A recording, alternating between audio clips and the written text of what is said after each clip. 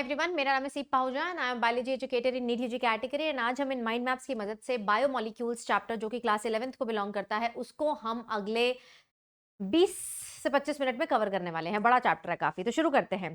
देखिए, बायोमोलिक्यूल होता क्या है। तो any organic molecule present in our body, उसको अपन लोग क्या बोलते हैं, बायोमोलिक्यूल बोलते हैं। ऐसा कोई भी मॉलिक्यूल जिसमें कार्बन प्रेजेंट होता है उसको बेसिकली हम बायोमोलिक्यूल बोलते हैं। अगर मुझे केमिकल एनालिसिस करना हो तो मैं दो तरीके से कर सकती हूँ, एक होता है ऑर्गेनिक एनालिसिस और एक होता है इनऑर्गेनिक चीजों का एनालिसिस।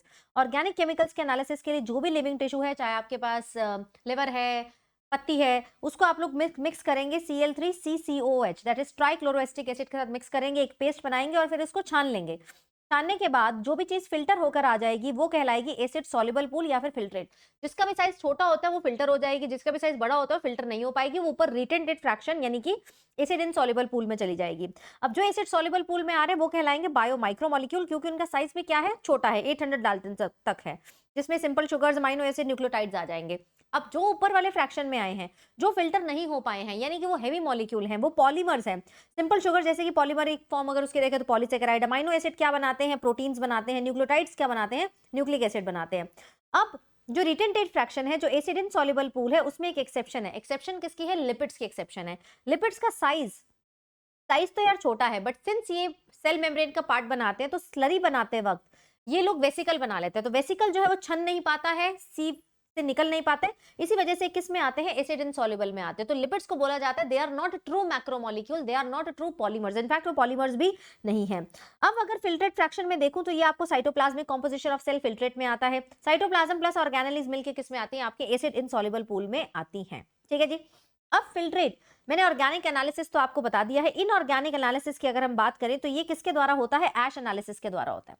ऐश एनालिसिस में क्या करते हैं, आप टिश्यू को लेंगे, सबसे पहले उसका वेट वेट लेंगे, फिर उसको एयर ड्राई करने के लिए रख देंगे, फिर उसका ड्राई वेट लेंगे, ड्राई वेट लेने के बाद उस पर आग लगा देंगे, बर्न कर देंगे। बर्न कर देंगे तो सारा का सारा जो टिश्यू है, कार्बन कंटेनिंग टिश्यू है, वो उड़ जाएगा in the form of CO2 and vapours. जो बच जाएगा that is going to be inorganic और वो कहलाता है ऐश। उसको आप केमिस्ट्री लैब में जाकर देख सकते हैं कि उसमें इनऑर्गेनिक में क्या क्या चीजें हैं, सोडियम है, पोटेशियम है, कैल्शियम है, मैग्नीशियम है, क्या चीजें हैं। देखिए, लिविंग टिश्यू लिया, वेट किया, wet weight, then dry weight and then जला दिया। जलने के बाद कार्बन कंटेंट तो ऑक्सीडाइज हो गया, जो बच गया, जो ऐश बच गई, वो क्या है, आपकी ऑर्गेनिक एलिमेंट्स है। अब आपकी एनसीईआरटी में इस चैप्टर में सबसे इंपॉर्टेंट है, देयर आर फ्यू टेबल्स। पहला टेबल जो आपको दिया हुआ है कि नॉन लिविंग और लिविंग में एलिमेंट्स किसमें ज्यादा है। अगर आप नोटिस करेंगे, hydrogen, carbon, oxygen, nitrogen, sulphur, इनकी जो मात्रा है वो लिविंग में क्या है, ज्यादा है। ह्यूमन बॉडी में आप देखेंगे ज्यादा है as compare to non living. जबकि सोडियम, कैल्शियम, मैग्नीशियम, सिलिकॉन को देखेंगे तो इनकी मात्रा जो है वो अर्थ क्रस्ट में क्या है, ज्यादा है। तो ये हमें याद रखना है, ये हमें क्या करना है, याद रखना है। नेक्स्ट हमारे पास सबसे पहले इन्होंने क्या दिया हुआ है एनसीईआरटी में, अमाइनो एसिड्स के बारे में दिया हुआ है। अमाइनो एसिड्स क्या है, they are the monomer for protein. Protein actually amino acid से बनता है, तो ऑर्गेनिक कंपाउंड है, बिल्डिंग ब्लॉक ऑफ प्रोटीन है। इसमें एक अमाइनो ग्रुप और एक एसिडिक ग्रुप प्रेजेंट होता है। ये आपका सैंपल अमाइनो एसिड है। अमाइनो एसिड में सेंटर वाला कार्बन कहलाता है सी अल्फा, क्योंकि ये कायरल कार्बन है, इसकी चारों की चारों वैलेंसी डिफरेंट होती है। एक साइड पे इसमें एसिडिक ग्रुप आएगा, एक साइड पे अमीन ग्रुप आएगा, तभी तो इसको बोलते हैं अमाइनो एसिड। अमीन ग्रुप भी है, एसिडिक ग्रुप भी है, एक साइड पे H और एक ये वेरिएबल ग्रुप होता है। अब वेरिएबल ग्रुप जैसा होगा वही अमाइनो एसिड होगा। मान लीजिए वेरिएबल ग्रुप है हाइड्रोजन, वो अमाइनो एसिड कौन सा कहलाएगा, simplest amino acid that is glycine. ये वेरिएबल ग्रुप है मिथाइल ग्रुप, CH3 ग्रुप है, वो अमाइनो एसिड कैसा कहलाएगा, एलेनिन। ये वेरिएबल ग्रुप हाइड्रोक्सिल ग्रुप है, CH2OH है, वो अमाइनो एसिड कौन सा कहलाएगा, सीरिन कहलाएगा। ठीक है। अब यहाँ पर अगर आप देखेंगे it is basically substituted methane, क्योंकि मीथेन की भी 4 वैलेंसी होती है, H। अब तुम 3 H को हटा के NH2COH और एक वेरिएबल ग्रुप रख दो तो वो अमाइनो एसिड बन जाएगा। There are 20 different types of amino acid जो कि किसका part, 20 different types of amino acid जो कि किसका पार्ट बनाते हैं, आपके प्रोटीन का पार्ट बनाते हैं, जो कि किसका पार्ट बनाते हैं, आपके प्रोटीन का पार्ट। अब सबसे इंपॉर्टेंट आपके इस चैप्टर में आता है classification of amino acid. Amino acid अलग अलग तरीके के दिए हुए हैं। सबसे पहले आपके पास एरोमेटिक अमाइनो एसिड है, 3 तरीके के याद रखने, टायरोसिन, फिनाइलएलैनिन एंड ट्रिप्टोफैन। अब अमाइनो एसिड की एक प्रॉपर्टी है, प्रॉपर्टी क्या है कि जब आप इसको सोल्यूशन में डालते हैं तो इसमें पॉजिटिव और नेगेटिव चार्ज एक साथ आ जाता है। द थिंग इज, ये जो अमाइनो एसिड है जिसको आप यहाँ पर देख रहे हैं, this amino acid actually start showing is property, जैसे कि इसमें एक अमीन ग्रुप है और एक COH ग्रुप है, राइट। अब ये जो अमीन ग्रुप है इसको आप सोल्यूशन में डालेंगे, इसकी टेंडेंसी, बेसिक ग्रुप है, इसकी टेंडेंसी NH पॉजिटिव को गेन करना, ये बन जाएगा NH3 पॉजिटिव। इसकी टेंडेंसी है CO H पॉजिटिव को लूज करना, तो ये क्या बन जाएगा, COO नेगेटिव बन जाएगा। तो NH3 पॉजिटिव, CO नेगेटिव। तो जब आप इसको सोल्यूशन में डालते हैं अमीनो एसिड को, तो यहाँ पॉजिटिव चार्ज आ जाता है, यहाँ नेगेटिव चार्ज आ जाता है। अब एक ही स्ट्रक्चर के अंदर पॉजिटिव एंड नेगेटिव चार्ज आ गया। इस आयन को हम लोग बोलते हैं ज्विटर आयन। इस आयन को हम लोग क्या बोलते हैं, ज्विटर आयन। इसी वजह से जो अमीनो एसिड है वो डिफरेंट पीएच पर डिफरेंट वे में रिएक्ट करता है। So in solution of different pH structure of amino acid actually changes. ठीक है जी। आयनाइजेबल नेचर ऑफ NH2 और COH ग्रुप भी आपको उसकी क्लैरिटी हो चुकी है। अब depending upon what is the R group, अब R ग्रुप में क्या प्रेजेंट है, क्या R ग्रुप में एक्स्ट्रा COH ग्रुप है या R ग्रुप में एक्स्ट्रा NH2 ग्रुप है, उस हिसाब से हमारे अमीनो एसिड एसिडिक और बेसिक होते हैं। बहुत इंपॉर्टेंट है इसकी एग्जांपल। एसिडिक अमीनो एसिड में आता है ग्लूटामिक एसिड और एक और आप याद कर सकते हैं एस्पार्टिक एसिड, एस्पार्टिक एसिड। और बेसिक अमीनो एसिड में आपके पास क्या आते हैं, 3 याद करने हैं, BAHL। ये ट्रिक है इसको याद करने की। B for basic, A for arginine, A for arginine जिसको पता है जरूर बताएं, H for histidine, histidine and L for lysine. ठीक है, बाकी के बच्चों आपके न्यूट्रल अमीनो एसिड है। Example here is valine. Next आपको किसके बारे में बात की हुई है एनसीईआरटी में, लिपिड्स के बारे में बात की हुई है। लिपिड जैसा कि मैंने आपको बताया था, इनका साइज छोटा है फिर भी ये किस फ्रैगमेंट में आते हैं, एसिड इनसॉल्युबल फ्रैगमेंट में आते हैं। तो basically they are not true macromolecule, macromolecule plus lipids तो आपके पॉलीमर भी नहीं है, ये बेसिकली क्या है, एस्टर्स हैं। एस्टर हैं, दो चीजों से जुड़कर बनते हैं, एक चाहिए इसको अल्कोहल और एक क्या चाहिए, एक इसको चाहिए फैटी एसिड। फैटी एसिड और अल्कोहल को मिलकर बनते हैं। इसमें भी कार्बन, हाइड्रोजन और ऑक्सीजन होगा। सबसे पहली कैटेगरी में मेरे पास आते हैं simple lipid. Simple lipid basically fatty acid और अल्कोहल से बनेंगे। ठीक है, फैटी एसिड क्या हो सकता है, एक ऑर्गेनिक एसिड है जिसके पास एक आर ग्रुप होता है, it's like R group and बहुत लंबी चेन होगी एंड लास्ट में क्या होगा, COH आ जाएगा, राइट, COH आ जाएगा। जैसे 2 टाइप्स ऑफ फैटी एसिड हमारे पास है, एक हम लेते हैं यहाँ पर सैचुरेटेड फैटी एसिड, दूसरे हम लेते हैं यहाँ पर unsaturated fatty acid. Saturated fatty acid वो होंगे जिसमें कोई भी डबल बॉन्ड नहीं होता है और अनसैचुरेटेड फैटी एसिड वो होंगे जिसमें एक या एक से ज्यादा डबल बॉन्ड प्रेजेंट होगा। Example of the saturated fatty acid, stearic acid and palmitic acid. Palmitic acid में टोटल 16 कार्बन होते हैं, स्टीयरिक एसिड में टोटल 18 कार्बन होते हैं, इंक्लूडिंग, यस मैं यहाँ पर स्पेशली मेंशन कर रही हूँ, including COH group. COH group मिलाकर इसमें 16 कार्बन और इसमें 18 कार्बन है। अनसैचुरेटेड फैटी एसिड वो होंगे जिसमें एक या एक से ज्यादा डबल बॉन्ड भी प्रेजेंट होगा along with the single bond. Single bond तो होंगे ही होंगे। यहाँ पर आपके पास एग्जांपल में ओलेक, लिनोलेक, लिनोलेनिक, अराकिडोनिक, ये सारे एसिड्स आपके पास प्रेजेंट होंगे। ठीक है, अब लिपिड्स या तो ओनली फैटी एसिड हो सकते हैं या फिर ग्लिसरॉल ओनली भी सिंपल लिपिड कहलाता है। ग्लिसरॉल क्या होता है, try hydroxy propane.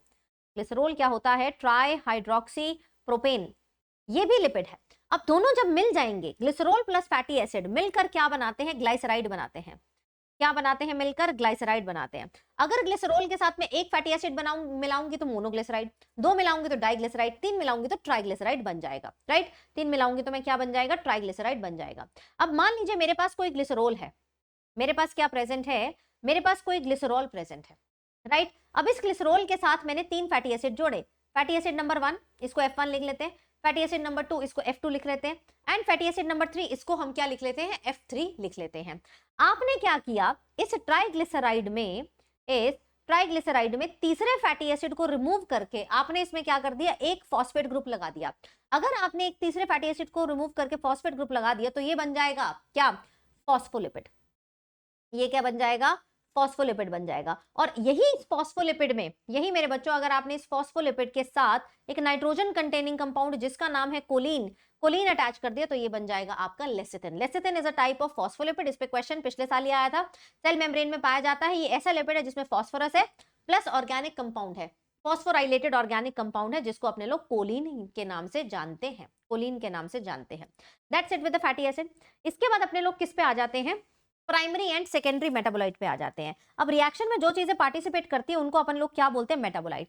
Primary metabolite वो हैं जो कि बेसिक मेटाबॉलिक प्रोसेस के लिए चाहिए हैं, जिनका आइडेंटिफाइबल फंक्शन है। हमें पता है कि फोटोसिंथेसिस में, रेस्पिरेशन में ये हमें चाहिए। Example here is lecithin. ये क्वेश्चन भी 2024 में आया था। Secondary metabolite very very very important, यहाँ से BYQ बनेगा ही बनेगा। सेकेंडरी मेटाबोलाइट वो है जिसका कोई डायरेक्ट फंक्शन हमें नोन नहीं है। इनफैक्ट इसको ह्यूमन यूज कर रहे हैं, ह्यूमन वेलफेयर में यूज होता है एंड इकोलॉजिकल रोल है, एंड इकोलॉजिकल रोल है। वैसे उस होस्ट के लिए कोई खासा रोल नहीं है। प्राइमरी मेटाबोलाइट देखने को आपको कहां मिलते हैं, एनिमल्स में देखने को मिलते हैं। सेकेंडरी मेटाबोलाइट भी आपको animals plus majorly plants, microbes और फंजाई में देखने को मिलते हैं। अब ये टेबल है, ये टेबल है पूरे सेकेंडरी मेटाबोलाइट का कि पिगमेंट्स कौन से, अल्कलॉइड कौन से, terpene, terpenoids, essential oil, toxin, lectin, drugs, polymeric. ये प्लीज आप लर्न कर लीजिए, लर्न कर लीजिए। इसमें से एक क्वेश्चन 100% आएगा, आपकी एनसीईआरटी में भी ये वाला टेबल दिया हुआ है। देन अपने लोग चलते हैं to monosaccharides. Monosaccharides are basically hydrates of carbon. इसमें एक OH ग्रुप होगा, हाइड्रोक्सिल ग्रुप होगा और एक एल्डिहाइड या फिर कीटोन ग्रुप होगा। अब यार अगर एक शुगर है तो that is called as monosaccharide single sugar which can not be broken down further, CnH2nOn। अब इसमें 3 कार्बन भी हो सकते हैं, 4, 5, 6, 7, glyceraldehyde, erythrose, ribose, glucose, fructose, ये सब आपकी एग्जांपल है मोनोसेकेराइड की। अब मोनोसेकेराइड अगर मल्टीपल जुड़ जाएंगे, 2 जुड़ गए डाइसेकेराइड, 3 जुड़ गए ट्राइसेकेराइड, तो अगर 2 से 10 है तो ओलिगोसेकेराइड, अगर उससे भी ज्यादा है मोर देन 10 तो वो कहलाएगा पॉलीसेकेराइड। ओलिगोसेकेराइड में जैसे आपको याद रखना है lactose, sucrose, maltose. Lactose is found by glucose galactose, sucrose glucose fructose, maltose glucose and glucose. मान लीजिए ये भी ग्लूकोज है, ये भी ग्लूकोज है, ये इसका कार्बन नंबर 1 है, ये इसका कार्बन नंबर 1 है, ये 4 है, ये कार्बन नंबर 1 है, 4 है। जब 2 ग्लूकोज मॉलिक्यूल नजदीक आते हैं तो इसमें से लॉस हो जाता है माइनस पानी का। पानी का लॉस हो गया, क्या बना लेते हैं, alpha 1,4 glycosidic bond. The bond is called as glycosidic bond. ठीक है, इस बॉन्ड में अगर तुम देखोगे तो कार्बन नंबर 1 इस शुगर का एंगेज्ड है बॉन्ड बनाने में, लेकिन कार्बन नंबर 1 जो कि कायरल कार्बन है, ये वो कार्बन होता है जिसके पास एल्डिहाइड या फिर कोई फंक्शनल ग्रुप होता है, एल्डिहाइड ग्रुप है यहाँ पर। ये वाला कार्बन नंबर 1 फ्री है, लेकिन इस साइड पे फ्री नहीं है। यानी कि अगर आप इसको बेनेडिक्ट सोल्यूशन में टेस्ट करेंगे तो आपको पता चलेगा, बेनेडिक्ट सोल्यूशन में चेक करेंगे तो आपको पता चलेगा that this end is called as the reducing end and this end is called as right hand, left hand end is called as non reducing end. इसको क्या बोलेंगे, non reducing end, right, non reducing end. अब आते हैं बेटा polysaccharide पे। Multiple तरीके के पॉलीसेकेराइड है। अगर तो पॉलीसेकेराइड सेम मोनोमर का बना हुआ है वो कहलाता है होमोपॉलीसेकेराइड। अगर मल्टीपल मोनोमर्स का बना हुआ है, डिफरेंट डिफरेंट मोनोमर्स हैं, तो वो कहलाता है हेट्रोपॉलीसेकेराइड। जैसे कि पेप्टिडोग्लाइकन, पेप्टेन, ये सब क्या है, हेट्रोपॉलीसेकेराइड। हमारे सिलेबस में क्या है, होमोपॉलीसेकेराइड। होमोपॉलीसेकेराइड में जो सेल वॉल या स्ट्रक्चरल रोल प्ले करते हैं वो आ जाएंगे आपके पास सेल्यूलोज, काइटिन। सेल्यूलोज जो आप जानते हैं, cellulose is basically involve in the formation of paper, paper pulp and cotton fibre बनाने में काम आता है। देन आपके पास आता है chitin. Chitin is a polymer of NAG N acetyl glucosamine जो कि एक केमिकली मॉडिफाइड शुगर है। Cellulose is a polymer of beta glucose, beta glucose. Chitin बेटा जी एक तो एक्सोस्केलेटन ऑफ ऑर्थ्रोपोड बनाती है, प्लस यहाँ पर और किसमें प्रेजेंट होती है, फंजाई में प्रेजेंट होती है, उसके सेल वॉल बनाती है, तो फंगल सेलुलोज इसको बोलते हैं। अब स्टोरेज पॉलीमर में मेरे पास कौन से आते हैं, glycogen, starch and inulin. Glycogen, starch and inulin. Glycogen is a polymer of glucose. This is also glucose. Inulin is a polymer of fructose. ठीक है जी। अब अगर मैं बात करूं ग्लाइकोजन की, तो ग्लाइकोजन एनिमल्स में स्टोरेज का काम करता है। ये इसमें स्ट्रेट चेन भी होती है और ये ब्रांच्ड भी शो करता है, ब्रांच्ड प्लस स्ट्रेट चेन दोनों है। सेम वे स्टार्च के अंदर 2 तरीके के आ जाते हैं, एक आता है अमाइलोज, दूसरा आता है अमाइलो pectin, amylose and amylopectin. Amylose straight chain होता है और अमाइलोपेक्टिन ब्रांच्ड होता है। जहां स्ट्रेट चेन है वहां अल्फा 1,4 बॉन्डिंग है, जहां ब्रांच्ड है वहां अल्फा 1,6 बॉन्डिंग आपकी प्रेजेंट है। अब अगर मैं स्टार्च के बारे में बात करूं, अमाइलोज जो है वो हेलिक्स बनाता है। क्या बनाता है, हेलिक्स बनाता है। इस हेलिक्स में कौन फंस जाता है, आयोडीन। इसी वजह से कौन सा कलर देता है, blue black colour with iodine. लेकिन अगर बात करें सेल्यूलोज की, सेल्यूलोज कोई हेलिक्स नहीं बनाता है, इसीलिए आयोडीन के साथ कोई भी कलर नहीं देगा। ठीक है। अब sucrose is a non reducing sugar. Why, अगर कोई पूछ ले तुमसे, क्योंकि sucrose is formed by the combination of glucose plus fructose, हैं दोनों ही C6H12O6, बट ग्लूकोज एक एल्डिहाइड वाली शुगर है, एल्डोज है, फ्रक्टोज एक कीटोन वाली शुगर है, यानी कि कीटोज है। अब होता क्या है कि ग्लूकोज का एल्डिहाइड ग्रुप फ्रक्टोज के कीटोन ग्रुप के साथ ही बॉन्ड बना रहा होता है, अल्फा 1 बीटा 2 बॉन्डिंग होती है इसमें, तो कोई भी फंक्शनल ग्रुप फ्री नहीं है, फ्री नहीं है, इसीलिए नॉन रिड्यूसिंग शुगर में आती है। जबकि ग्लाइकोजन की बात करें, again as I told you, right hand will always be reducing end left hand is going to be non reducing, left hand is going to be non reducing. ठीक है जी। अब थोड़ा बहुत यहाँ पर किसके बारे में बात की हुई है, न्यूक्लिक एसिड के बारे में बात की है। 2 तरीके के न्यूक्लिक एसिड है, डीएनए आरएनए। ये भी एसिड इनसॉल्युबल फ्रैगमेंट में आएंगे, एसिड इनसॉल्युबल फ्रैगमेंट में आएंगे, क्योंकि they are polymer of nucleotide. Nucleotide मतलब इनका मोनोमेरिक यूनिट है। तो अगर मेरे को न्यूक्लियोटाइड के बारे में बात करनी है तो न्यूक्लियोटाइड किस में आएगा, nucleotide is going to be part of acid soluble and it is going to be part of acid insoluble। तो एक न्यूक्लियोटाइड किससे बनता है, 3 चीजों से बनता है, sugar, nitrogenous base and phosphate. अगर मैं शुगर और नाइट्रोजनस बेस को इकट्ठा लूंगी तो ये न्यूक्लियोसाइड होगा, साथ में फॉस्फेट भी मिला दूंगी तो न्यूक्लियोटाइड बन जाएगा। अब अगर नाइट्रोजनस बेस की बात करें तो प्यूरिन एंड पायरिमिडिन। प्यूरिन होते हैं नाम छोटा दर्शन बड़े, दर्शन बड़े का क्या मतलब है, 2 रिंग स्ट्रक्चर होगा। पाइरिमिडिन नाम बड़ा दर्शन छोटे, मतलब इसमें 1 रिंग का स्ट्रक्चर होगा। प्यूरिन 2 तरीके के, एडेनिन गुआनिन। पाइरिमिडिन 3 तरीके के, थायमिन, साइटोसिन एंड यूरेसिल। यहाँ पर स्पेलिंग बहुत ध्यान से देखिएगा, थायमिन THY, एक वर्ड से वो कंफ्यूज करते हैं, थियामिन लिख देते हैं। Thiamine is not nitrogenous base, this is basically vitamin B. ठीक है, तो यहाँ पे आप इस चीज को ध्यान रखें। अब यार न्यूक्लियोसाइड और न्यूक्लियोटाइड यहाँ पर बता रही हूँ। न्यूक्लियोसाइड क्या है, जब बेस शुगर से मिलता है तो न्यूक्लियोसाइड है। जैसे कि मान लीजिए एडेनिन मिलता है शुगर से तो एडिनोसिन। कौन सी शुगर है ये, रिबोज शुगर है। रिबोज शुगर से मिलेगा तो एडिनोसिन, साथ में फॉस्फेट ग्रुप जोड़ दोगे, साथ में फॉस्फेट ग्रुप जोड़ दोगे तो बन जाएगा एडेनाइलिक एसिड या फिर adenosine monophosphate. Same way guanine sugar से जुड़ेगा, गुआनोसिन, और अगर फॉस्फेट ग्रुप जोड़ दो गुआनाइलिक एसिड या guanosine monophosphate. Same way cytidine, cytidylic acid, thymidine, thymidylic acid. और अगर आरएनए है, आरएनए में बेटा जी ये तो होता नहीं है, तो यहां पर मुझे इसके साथ डीऑक्सी लगाना पड़ेगा, डीऑक्सी, क्योंकि टी सिर्फ और सिर्फ किसका पार्ट है, टी सिर्फ और सिर्फ आपके डीएनए का पार्ट है। ठीक है, तो अगर मैं बात करूंगी डीएनए में, तो डीएनए में आपके पास प्रेजेंट है ATCG। अगर मैं बात करूंगी आरएनए में, तो आरएनए में आपके पास प्रेजेंट है AUCG। तो डीएनए में क्या नहीं है, यू नहीं है, आरएनए में क्या नहीं है, टी नहीं है। ठीक है जी। अगर मैं प्रोटीन के बारे में बताऊं, आप जानते हैं अमाइनो एसिड के जुड़ने से बनते हैं, तो प्रोटीन की अगर मैं बात करूं तो सबसे पहले इसके पास एक प्राइमरी स्ट्रक्चर होता है, सेकेंडरी होता है, टर्शरी होता है और एक क्वाटरनरी स्ट्रक्चर होता है। प्राइमरी स्ट्रक्चर में अमाइनो एसिड लीनियर चेन में जुड़े हुए हैं। पोजिशनल इंफॉर्मेशन अगर मुझे जाननी है तो प्राइमरी से पता चलेगी, लेकिन यहाँ पे फंक्शनैलिटी नहीं आती है। सेकेंडरी स्ट्रक्चर में 3 तरीके का लूंगी, एक होता है राइट हैंडेड हेलिक्स जिसको अपने बोलते हैं अल्फा हेलिक्स स्ट्रक्चर, एक होता है यहाँ पर beta pleated sheets, and next मेरे पास होता है आपका ट्रिपल हेलिक्स। ठीक है, इसमें पेप्टाइड बॉन्ड के साथ साथ एक एडिशनल बॉन्ड होगा जिसको अपन लोग क्या बोलते हैं, hydrogen bond. Then tertiary structure की बात करेंगे तो यहाँ ऊन के गोले की तरह स्ट्रक्चर है, यानी कि इस स्ट्रक्चर में आपको क्या प्रेजेंट होता है, फंक्शनैलिटी आ जाती है। इस स्ट्रक्चर में मोस्ट इंपॉर्टेंट अमाइनो एसिड इकट्ठे आगे एंजाइम की क्या बना देते हैं, एक्टिव साइट बना देते हैं। ये वो स्ट्रक्चर है जो कि 3D व्यू देता है एंड चीज को प्रोटीन को क्या बनाएगा, फंक्शनल बताएगा। देन अगर आपके पास एक से ज्यादा पॉलीपेप्टाइड चेन है, जैसे कि एक पॉलीपेप्टाइड चेन, दूसरी एंड देन तीसरी एंड देन चौथी, अगर ऐसा कोई स्ट्रक्चर है तो ये कहलाता है क्वाटरनरी स्ट्रक्चर। जैसे कि हीमोग्लोबिन में 2 अल्फा चेन होती है और 2 क्या होती है, बीटा चेन यहाँ पर प्रेजेंट होती है। प्रोटीन जब भी बनेगा तो अमाइनो एसिड के जुड़ने से बनेगा। अगर मैं अमाइनो एसिड की यहाँ पर बात करूं, अब ये एक अमाइनो एसिड है, अब मान लीजिए यहाँ पर एक और अमाइनो एसिड है जो इसके साथ जुड़ना चाहता है, तो यहाँ पर C अल्फा कर लेती हूँ, यहाँ पर NH2 कर लेती हूँ, यहाँ पर कर लेती हूँ COH एंड यहाँ पर आ जाएगा R ग्रुप एंड यहाँ पर क्या आ जाएगा H ग्रुप। जब भी 2 अमाइनो एसिड जुड़ेंगे तो यार इसमें there is going to be loss of पानी, माइनस पानी, और यहाँ पर बन जाएगा CONH bond. This bond is called as a peptide bond.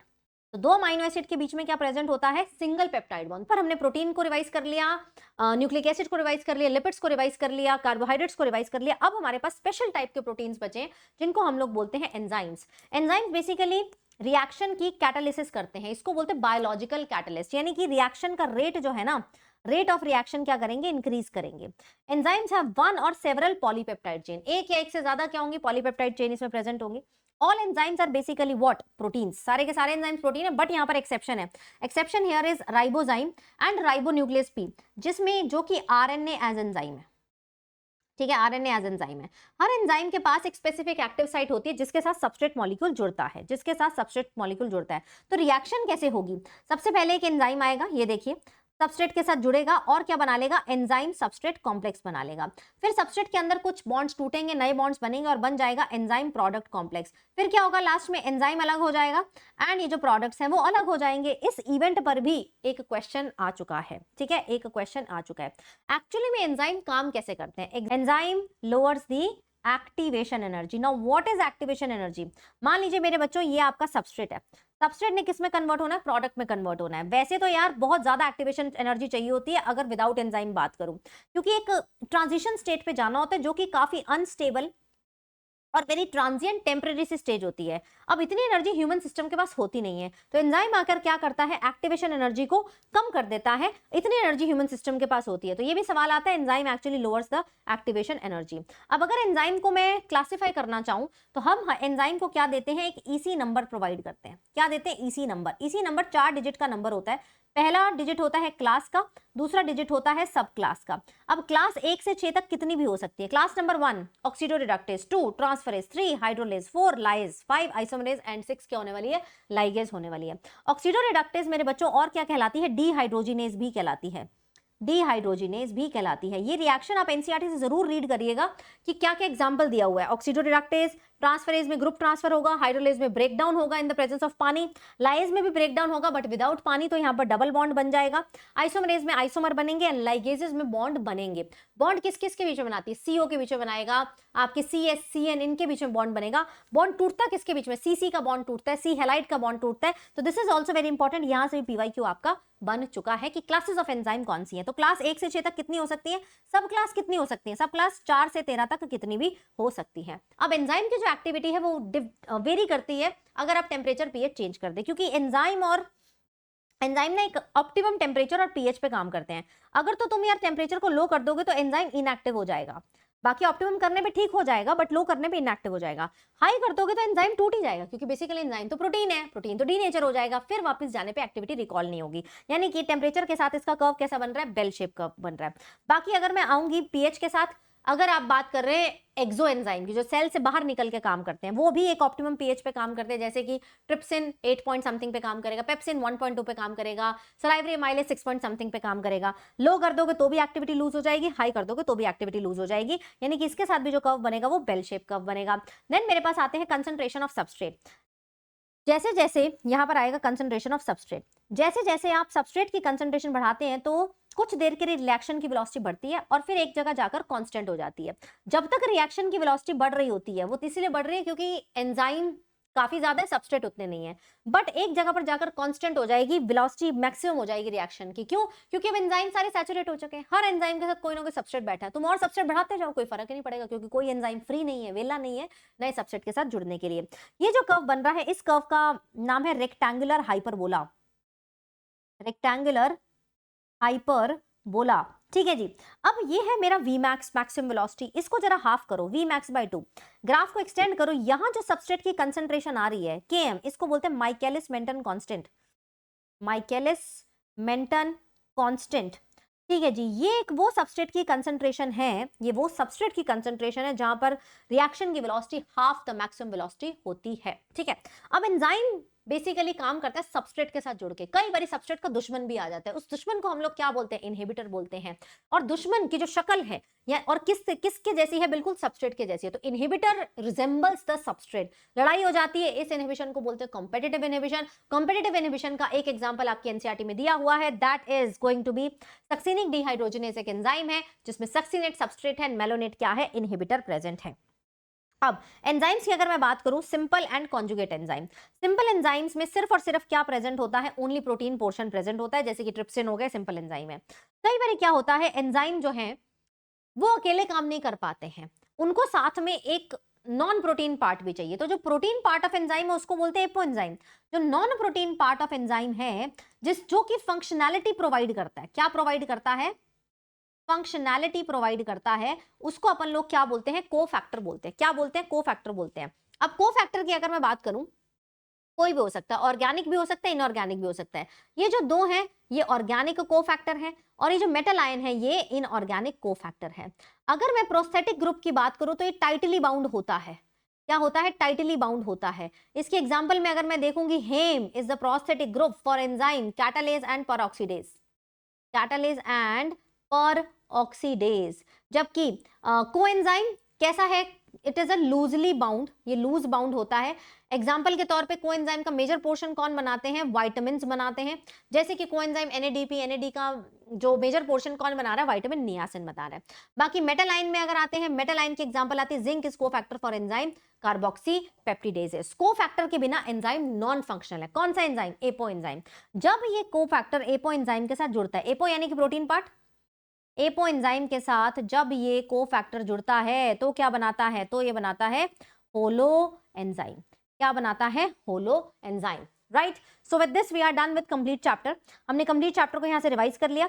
ये जो माइंड मैप्स है, ये माइंड मैप्स मैं आपको अपने टेलीग्राम पे शेयर करने वाली हूँ। टेलीग्राम मेरे ही नाम से सीप पाहुजा बायोलॉजी ऑफिशियल सर्च करना, 4 लाख से अधिक बच्चे हैं, उसको ज्वाइन कर लेना। एंड साथ में इसका जो डिटेल्ड वन शॉट है वो मैंने नीचे पिन कर दिया है, उसमें जाके आप कभी भी कोई भी पोर्शन डिटेल में देख सकते हैं। इसको भी 2x की स्पीड में देखोगे तो बहुत जल्दी कवर हो जाएगा। एंड साथ में मैंने अपनी पूरी प्लेलिस्ट का लिंक, जिसमें वन शॉट में पूरी बायो आपके साथ करवा रही हूँ, वो भी शेयर कर दिया है। एवरीडे जिसकी क्लास होती है, make sure that you are attending all the classes live in order to secure 360 out of 360 in biology. Thank you so much.